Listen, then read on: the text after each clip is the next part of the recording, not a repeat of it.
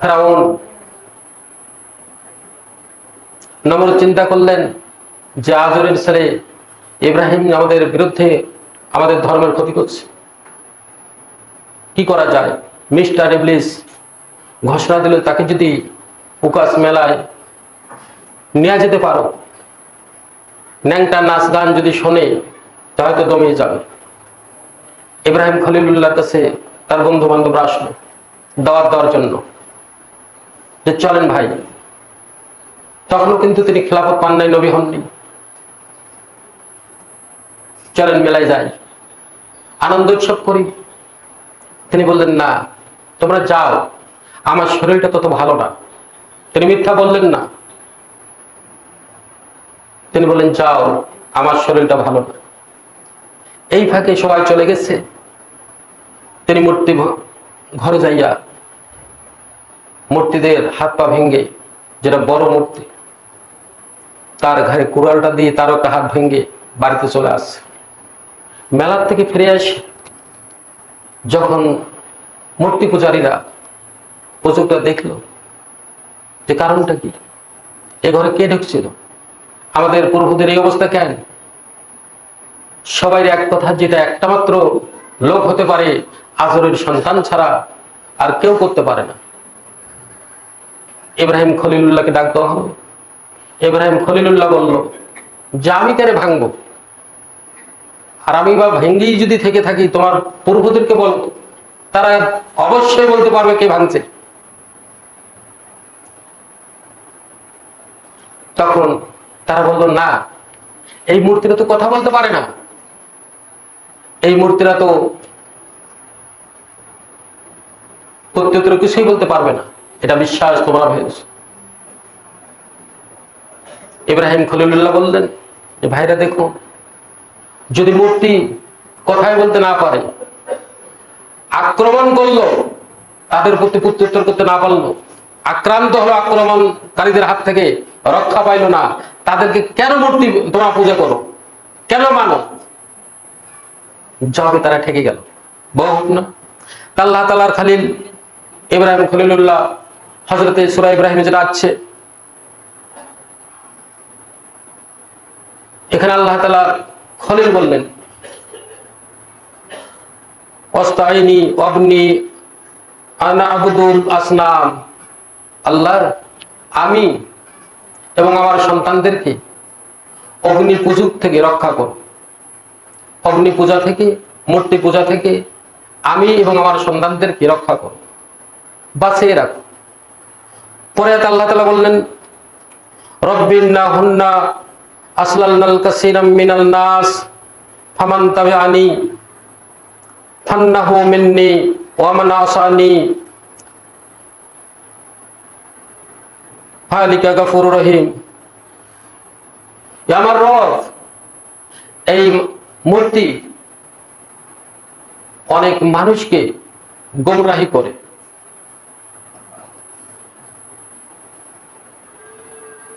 এই গোমরাহ থেকে আমি এবং আমার সন্তানদেরকে রক্ষা করুন,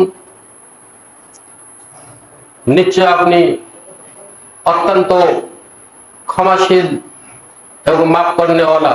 বলি সুবহানাল্লাহ। তো আমরা আমাদের জাতির পিতা আমাদের মূর্তির থেকে, মূর্তি পূজার থেকে আল্লাহর কাছে দোয়া করলেন। আজকে এই চাঁদ হলেই, সামনে যে চাঁদ আসতেছে, এই চাঁদ 8 তারিখ 10 তারিখের মধ্যে বিধর্মী ভাইরা, পূজারী ভাইরা দুর্গা পূজা নামে পূজা করে। কোন মানুষ যারা সজ্ঞানী ইমানদার, যারা একবার কলমা পড়েছে, আশহাদু আল্লা ইলাহা ইল্লাল্লাহু ওয়াহদাহু লা শারীকা লাহু ওয়া আশহাদু আন্না মুহাম্মাদান আবদুহু ওয়া রাসূলুহু, এই কলমা যারা মুখ দিয়ে স্বীকার করেছে, উচ্চারণ করেছে, অন্তর দিয়ে বিশ্বাস করেছে, তারা কোনো সময় অগ্নি পূজারী, গাছ পূজা, মাছ পূজা, যে পূজাই বলেন না কেন, সূর্য পূজা, চন্দ্র পূজা, দেবী পূজা, কোন পূজায় অংশগ্রহণ করলে আল্লাহর জাতের কসম করে বলছি, তার অতীতের সমস্ত আমল বরবাদ হয়ে যাবে। আল্লাহ তাআলা সূরা লোকমানে, লোকমান হাকিম তার সন্তানকে ওসিয়ত করলো, আর যে কথাগুলো ওসিয়ত করে গেছে আল্লাহ তাআলার পছন্দ হয়েছে, এই কথাগুলা কোরআনুল কারীমে নাজিল করে আমার হাবিবকে জানিয়ে দিয়েছেন। লোকমান হাকিম বললেন, ইয়া বুনাইয়া লা তুশরিক বিল্লাহ ইন্নাশ শিরকা লাযিমুন আযীম। ও আমার সন্তান, খবরদার শিরিক করিও না, আর শিরিকটা হচ্ছে মস্ত বড় জুলুম। শিরিক থেকে নিজের সন্তানকে বাঁচার জন্য শর্ত করলো, তাগিদ দিল, জানালো, ওসিয়ত করলো। মাশাআল্লাহ, এই তো 5ই আগস্টের পূর্বেই মোড়ে মোড়ে মূর্তি ছিল। আল্লাহ রাব্বুল আলামিন কোঠা আন্দোলনের মাধ্যমেই অন্তত এই মূর্তির থেকে হেফাজত করে মুসলমানদেরকে, ইমানদারদেরকে সুযোগ করে দিয়েছেন। হতে পারে আগামীতে বাংলাদেশ কোরআনের দেশ হতে পারে, এটা পূর্বাভাস। আসুন, মূর্তির থেকে আমাদেরকে দূরে সরে যেতে হবে। আল্লাহ রাসূলের জামানায় এক মূর্তি পূজক বাজারে পূজা করে মূর্তি নিয়ে যাচ্ছে, ক্লান্ত হয়ে গেছে, গাছের কাছে আড়াল করে তিনি 1 নাম্বার সারবেন, মানে পেশাব করবেন, পেশাব লাগছে। মূর্তির একটু আড়ালে বসে পেশাবের কাজ শেষ করে ফিরে এসে দেখেন যে ভগবানের মাথার থেকে টপ টপ করে পানি পড়তেছে। সে চিন্তা করলো, যেহেতু ভগবানের গা থেকে পানি পড়ছে, এটা হয়তো বরকতের পানি, এই পানিতে এমনিতে ফেলে দেওয়া যায় না। উঠে হাত দিয়ে 2 ফোঁটা মুখে দিলেন, তা সেটা সেটা কেমন লাগছে। তিনি চিন্তা করলেন, না, বরকতের পানি হলে এরকম লাগবে কেন। হাদিস আছে, ওই লোকটা তো চতুর্দিক তাকায় দেখে যে মিস্টার ডগ, কুকুর যাচ্ছে। তার আর বুঝতে বাকি হইল না যে আমার প্রভুর গায়ে পেশাব করেছে কুকুর, আর বুঝতে বাকি হইল না, বুঝে ফেললো। তিনি মূর্তিটাকে আছাড় দিয়ে ফেলে, ভেঙ্গে ফেলে রাসূলের দরবারে চলে আসছেন। ইয়া রাসূলুল্লাহ, ঘটনা এই, যে মূর্তিকে রেখে আমি হাজত ছেড়ে এসে দেখি কুত্তা পেশাব করেছে, যে মূর্তি কুত্তা পেশাব করলে, যে ভগবান কুত্তা পেশাব করলে ঠেকাতে পারে না, এইরকম ভগবানকে এতদিন মানা ভুল করেছি। ইয়া রাসূলুল্লাহ, কালমায়ে শাহাদাত পড়ায় দিন, আজ থেকে মুসলমানের দলভুক্ত হয়ে যাব। বলি সুবহানাল্লাহ। প্যারে হাজিরিন, আর এই মুসলমানের সন্তান মূর্তি পূজায় যায়। ভালো করে শুনুন, সংখ্যাগরিষ্ঠর দেশে সংখ্যালঘুরা আমানত। 32টা দাঁতের মধ্যে জিহ্বা যেরকম আমানত, সিলেট কেটেও জিহ্বা বড় রকম আহত হন না।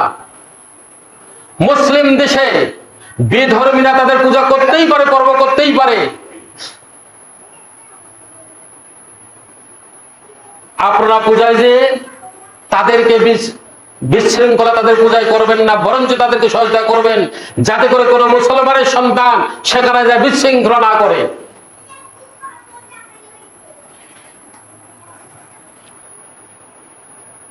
আল্লাহ তাআলা হযরত লোকমান তার ছেলেকে বললেন যে শিরিক করিও না। শিরিক কাকে বলে এক কথায় জেনে নেই। আল্লাহ তাআলা যেটা পারেন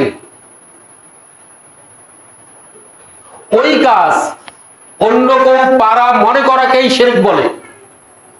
আবারও বলছি, আল্লাহ তাআলা যে কাজ করতে পারেন সেই কাজটাই অন্য কেউ পারা মনে করাটার নামই শিরক। শিরকের শাব্দিক অর্থ হচ্ছে অংশীদারিত্ব করা। যেরকম হিন্দু ভাইরা বলে যে লক্ষ্মী একটা কাজ করেন, কালী আর একটা কাজ করেন, দুর্গা আর একটা কাজ করেন। এতগুলো যদি ভগবান হয়, আজকে ছোট্ট জ্ঞানে বোঝেন, এক ভগবান বলতো যে বৃষ্টি দেই, আর এক ভগবান বললো না সূর্য রোদ দেই। ভগবানে ডাঙ্গাডাঙ্গি লাগতো, যুদ্ধ লাগতো, ফাসাদ সৃষ্টি হতো। জ্ঞান থেকে আজ পর্যন্ত সূর্য যেদিকে উঠছে, যেদিকে ডুবছে, কোন ভগবান এটা বাধা দিতে পারেন নাই। তার কারণ শুধুমাত্র কেবলমাত্র একজনের স্রষ্টা আছেন, যিনি আসমান সৃষ্টি করেছেন, যিনি জমিন সৃষ্টি করেছেন, যিনি আপনি আমাকে সৃষ্টি করেছেন, যিনি গাছপালাকে সৃষ্টি করেছেন, তিনি আল্লাহ থাকবেন, আছেন, ভবিষ্যতে ছিলেন। আল্লাহ তাআলা সেই আল্লাহকে সর্বাবস্থায় শিরক না করে আল্লাহকে মানার তৌফিক দিন, আল্লাহুম্মা আমিন। প্যারা হাজিরিন, আমরা আজকে বাংলাদেশ শিরকে ভরে গেছে।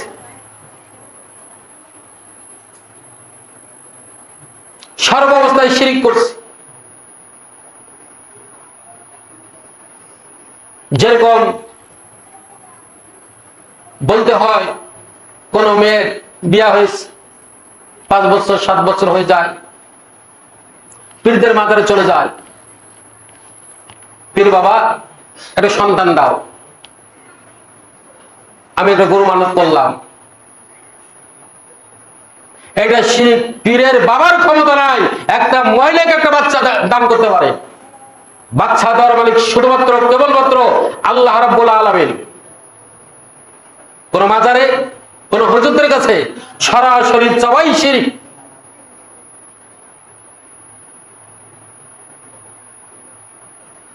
যেটা আমরা কলমায় পড়েছি, আশহাদু আল্লা ইলাহা ইল্লাল্লাহু ওয়া লা শারীকা লাহু ওয়া আশহাদু আন্না মুহাম্মাদান আবদুহু ওয়া রাসূলুহু। আমি সাক্ষ্য দিচ্ছি আল্লাহ ব্যতীত কোনো মাবুদ নাই। ওয়াহদাহু লা শারীকা লাহু, তিনি একক, তার কোনো শরীক নাই। ওয়া আবদুহু ওয়া রাসূলুহু, আল্লাহ রাসূল তার বান্দা এবং রাসূল, বলি সুবহানাল্লাহ। এই সাক্ষ্য দেওয়ার পরেই কোন মানুষ যে কোনো পূজা পর্বে যদি যোগদান করেন, মাশাআল্লাহ, আল্লাহ বাঁচাইছেন।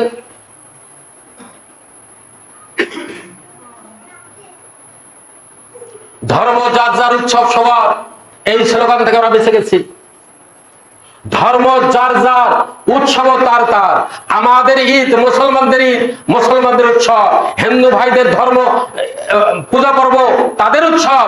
ধর্ম যার যার, উৎসব তার তার। ধর্ম যার যার, উৎসব সবার। এই স্লোগান ভুলে যে এখন থেকে স্লোগান তুলতে হবে, ধর্ম যার যার, উৎসব তার তার। ধর্ম যদি যার যার হয়, উৎসব যদি সবার হয়, আমাদের মসজিদে হিন্দু ভাইরা আসতো, ঈদের ময়দানে হিন্দু ভাইরা আসতো। এই জন্য ধর্ম যার যার, উৎসব তার তার।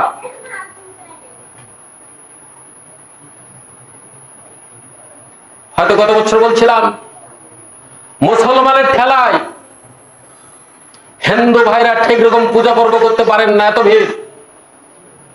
আপনি নামাজ পড়েন, আপনি আলেমের সন্তান, আপনি মুসলমানের সন্তান, কেন আপনি পূজায় যাবেন? কোন মানুষ যদি পূজায় যাইয়া, কোন মুসলমানের সন্তান ইমানদার পূজায় যাইয়া, কোন যুবক পূজায় বিশৃঙ্খলা ঘটে, এর জন্য কিয়ামতের দিন ওই বেধর্মীরা আপনাদের কাছে, আল্লাহর কাছে আপনার জন্য আদালতে বিচার চাবে। খবরদার, হুঁশ করে কোন যুবক কোন পূজায় যাইয়া বিশৃঙ্খলা ঘটাবেন না। প্রতিটা পূজা পর্বে মুসলমানদের দায়িত্ব যাতে কোনো বিশৃঙ্খলা না হয়। আল্লাহ রাসূল হুজরায় বসা, জিবরাইল আমিন চলে আসছেন, কিন্তু ঘরে ঢুকতে পারতেছেন না। আল্লাহ রাসূল বললেন, মা আয়েশা, আয়েশা, ঘরে এমন কোন জিনিস আছে নাকি জিবরাইল আসতেছে না? বলছে না তো, কত ঠিকঠাক। এমন সময় হোসাইন চলে আসছে, ছেলে মানুষ, ছোট মানুষ, একটা ছোট কুকুরের বাচ্চা হুজুরের হুজরায় নিয়ে আস গোপনে রাখছেন। হুজুর জানেন না, আয়েশাও জানেন না। আর এই কুকুর থাকার কারণে জিবরাইল আমিন ঢুকতে পারতেছেন না। আল্লাহ রাসূল বললেন, যে ঘরে মূর্তির ছবি থাকবে এবং কুকুর থাকবে, ওই ঘরে রহমতের ফেরেশতা প্রবেশ করতে পারবে না। অনেকের বাড়িতে ইয়া আলেম, ইয়া হাজি, নাতি নাতনিকে খুশি করার জন্য মিক্সিমে বস, মাছের ছবি, মাটির মূর্তি, বানরের মূর্তি, মূর্তি দিয়া মিক্সে বস, আলমারি বস। হুজুর আছেন, জিবরাইল আমিন যদি কুত্তা থাকার কারণে ওহী নিয়ে আসতে পারেন না, ঢুকতে পারেন না, যে ঘরে মূর্তি থাকবে আল্লাহর জাতের কসম করে বলছি ওই ঘরে রহমতের ফেরেশতা ঢুকতে পারবে না। আপনি যত তাহাজ্জুদ গুজার হন, তাহাজ্জুদের একটা সিজদা আপনার কবুল হবে না মূর্তি থাকার কারণে। কেন মুসলমানের ঘরে মূর্তি থাকবে? ও যুবকরা, কেন গেঞ্জিতে ছবি থাকবে?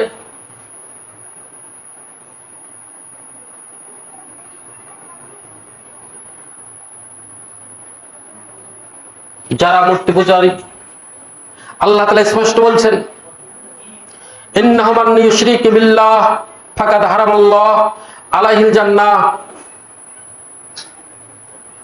যারা আমি আল্লাহর সাথে শরীক স্থাপন করলো, শরীক করলো, তার জন্য জান্নাত হারাম।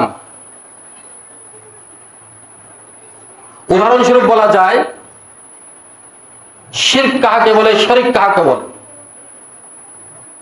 আমি মসজিদ থেকে যাইয়া যদি দেখি আমার ছোট ভাই আমার স্ত্রীর সাথে একসাথে শুয়েছে, আমি কি মানিয়ে নিতে পারি?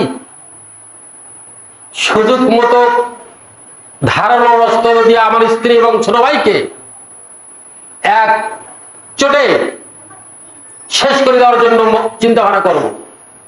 তার কারণ আমি কবুল করেছি, আমি আমার হালাল স্ত্রীকে বৈধ করার জন্য শ্বশুর বাড়ির থেকে নিয়ে আসছি। এটা আমার জন্য যেরকম হারাম, অন্য কোনো মানুষ শুয়ে থাকলে সেটা তার জন্য হারাম। আমার অংশীদারিত্বে তাকে কখনোই দেওয়া সম্ভব নয়।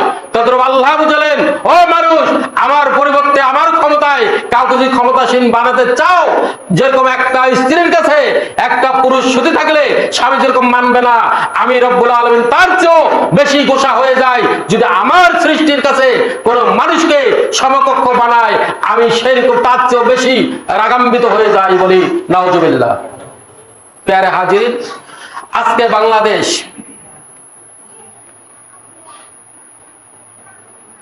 শিরক মুক্ত করতে হবে। এই জন্য আমাদেরকে কোরআনের ছায়াতলে আসতে হবে, রাসূলের ছায়াতলে আসতে হবে, রাসূলের আদর্শে আসতে হবে। হযরত ইব্রাহিম খলিলুল্লাহ দোয়া করলেন যে আমি এবং আমার সন্তানদেরকে মূর্তি পূজার থেকে রক্ষা করুন। বরকতাস, আসুন আল্লাহ যেন সবাইকে